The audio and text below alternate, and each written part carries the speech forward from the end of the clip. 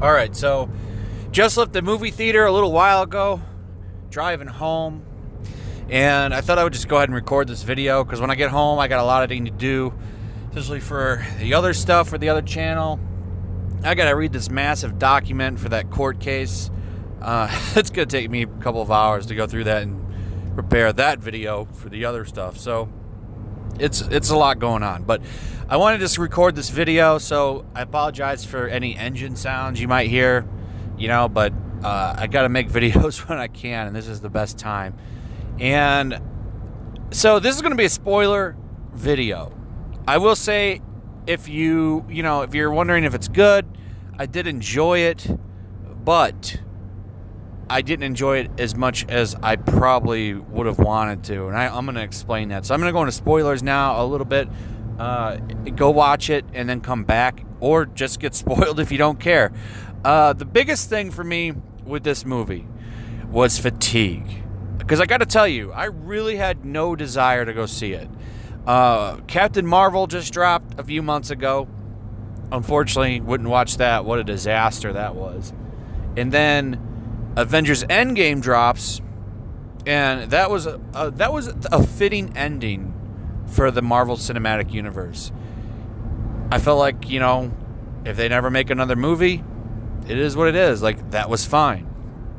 And then they made this movie, and it literally came out like 1 or 2 months after Endgame, and to me, that's the problem. It's the fatigued Spider-Man who was far from home, because I felt fatigued watching it. I just, usually, do you remember back in the day, when a Marvel movie was coming, you were excited, like, ooh, you're going to get to see the next chapter, and now it's just rinse, wash, and repeat. I feel like every movie, there's like the same elements, and they literally call it the Marvel formula, and it's like, yeah, I get it, that formula was a moneymaker for a while, but I think that money is slowing down. In fact, Sony adjusted their gross projections for this movie, and I think likely that's because of fatigue, maybe. I'm not sure. I don't remember the article. I just looked at the headline saying that they were adjusting the expected gross. I wonder how this movie is going to do, because, like I said, I think fatigue is setting in. Even if you look past the 3 Marvel movies that have dropped in a short amount of time, okay, a very short amount of time. I don't remember when Captain Marvel dropped. I feel like it was February. And 2 months later, or a month later, or whatever it was, boom, Avengers Endgame. A month or 2 later, boom, Spider-Man Far From Home.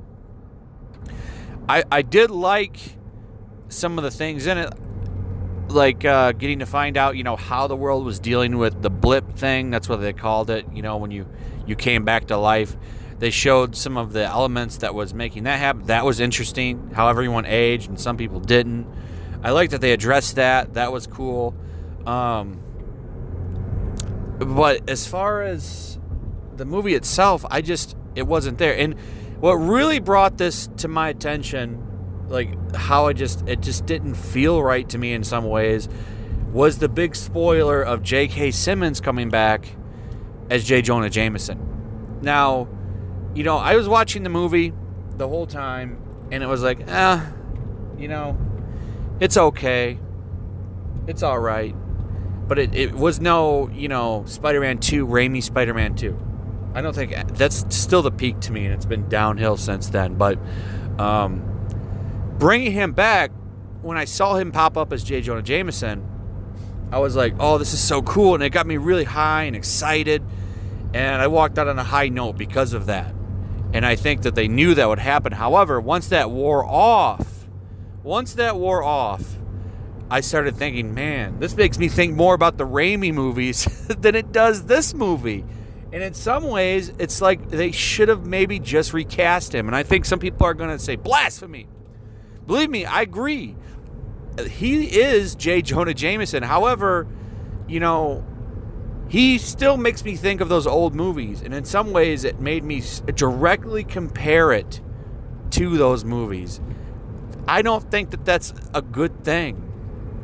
I think it's distracting, because I'm already starting to feel... So I want to go back to the fatigue thing real quick.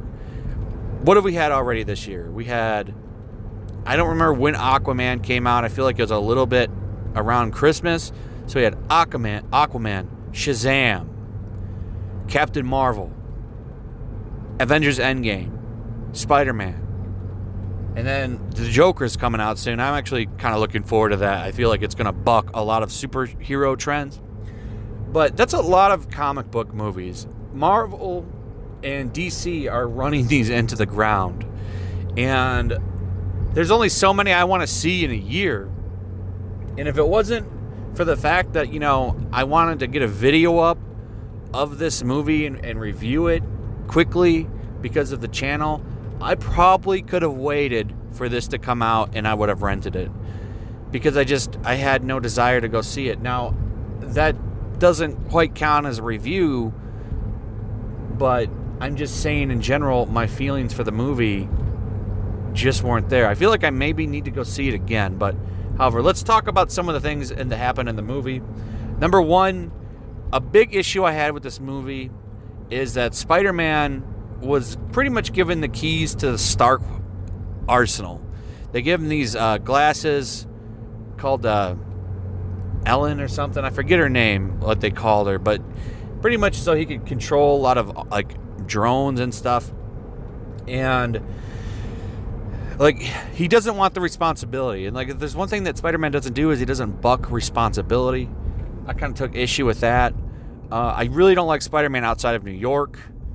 He running around Europe, it just doesn't feel the same. It felt like you transplanted Spider-Man into somebody else's setting. That was something that I didn't like. The action, though, was pretty good. I liked the twist with Mysterio. I like how Mysterio was this dude, con artist. I thought it was a very good reimagining of Mysterio and, how he would be. And another thing that last 30 seconds really addressed, that post-credit with J.K. Simmons as J. Jonah really addressed a lot. Because, in a lot of these Spider-Man movies, Spider-Man's taking his mask off all the time. It's dude, everybody freaking knows who you are now. How many people know that you're Spider-Man? 75, 100? You're always, I remember in an Endgame, he's taking his mask off. Why are you taking your mask off all the time? He's hey, I'm Peter. So what happens in this movie? Well, his face gets put out there. Now I wonder if in the next movie they're gonna, he's lying. I'm not Spider-Man. What a joke, Try to play it off. That'd make the next movie pretty interesting if his identity's out there, and now he's the menace, right? Because he killed Mysterio. He's the menace now. So that's something that they haven't really dealt with in a long time either. So that'd be interesting to see. But I'm more looking forward to that now than anything else. I just felt like this movie was just running through the motions. I feel like it played it very safe. It didn't take a lot of chances. And it really rode that, rinse, wash, repeat formula that Marvel's been doing forever, and I think it's a problem. I think it's a problem when going to see their most iconic character feels like a chore. Sitting through it felt kind of like a chore. And it shouldn't feel like a chore. I feel like the magic is just gone. I feel like there's no magic left in that Marvel cookbook. Maybe I'll be wrong and proved wrong, but the future is bleak. The future is bleak to me, especially when you tell me that Captain Marvel is the face of the MCU. And I could go on all day complaining about that, but at the end of the day, Spider-Man Far From Home, to me, was a meh. It was okay. It wasn't a terrible movie, but it's still the same. We're cracking jokes all the time. Nothing is very serious. The villain, though, at least, this villain, I will say that Mysterio was very well developed compared to previous villains. Think of the Doctor Strange villain, right? That is something that they're getting better with, giving us better villains. And they also did a good job with the Vulture in the other Spider-Man movies. So far, the villains for the Spider-Man movies under Marvel MCU has been very good, but it still didn't save it from that rinse, wash, repeat. I'm just fatigued. I really wonder, had they released this movie towards the end of the year, would I maybe have liked it a little bit more? I don't know, because they chose to release it 2 months after, 2 other Marvel movies had already released. And, as much as I like J.K. Simmons back as J. Jonah, the real problem there is once I started thinking about how awesome that was, it really had me thinking about how awesome the old Raimi movies were, which is a problem in itself. And I'm not talking about Spider-Man 3. I talked about Spider-Man 1 and 2. Those were fun movies. And the magic of those movies, I'm just not feeling that anymore. And I really do think that the decline of the comic book movie is just around the corner. There's just too many of them popping all the time. It's getting so bad that they're releasing Faith, the really fat superhero chick. I think Sony's releasing a Faith movie. Oh, that's how you know we've jumped the shark. That they're going to make Faith into a movie, that big fat character. No one wants to watch that. That book can't even sell like 500 copies.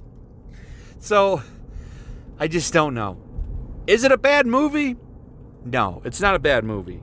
However, it's just not, I'm just not feeling that Marvel magic anymore. I'm not feeling that Marvel magic anymore. Maybe I'm wrong. I don't know. Why don't you tell me how you felt about it in the comments if you've seen it? I'd like to hear your thoughts. Like, subscribe, hit that notification bell, all that fun stuff, guys. And I'll see you on the next one.